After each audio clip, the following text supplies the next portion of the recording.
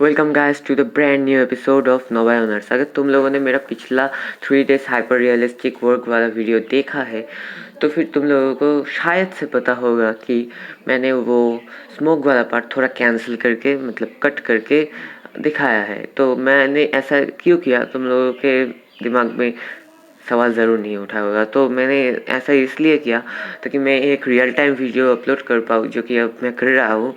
तो उसमें तुम लोग ट्यूटोरियल के हिसाब से कैसे स्मोक दे किसी हाइपर रियलिस्टिक ड्राइंग में ब्लैक बैकग्राउंड में, तो वो मैं सिखा पाऊँ शायद।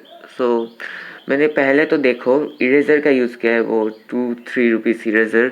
तो उसको मैंने पहले तो लिया और ऐसे ही मतलब रैंडमली जिससे अच्छा लगे स्मोक ऐसे मतलब इरेज करता गया ब्लैक बैकग्राउंड को। और अगर गंदा हो जाता है तो मैं देखो तुम लोग देख सकते हो कि मैं वो ब्लेड का यूज़ करके कट कर रहा हूँ। तो अगर तुम लोग ब्लेड नहीं यूज़ करना चाहते तो तुम लोग वैसे सैंड पेपर भी यूज़ कर सकते हो।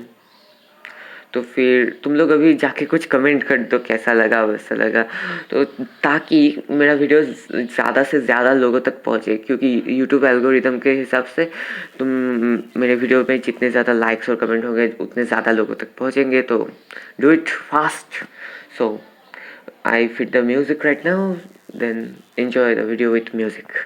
Let's begin.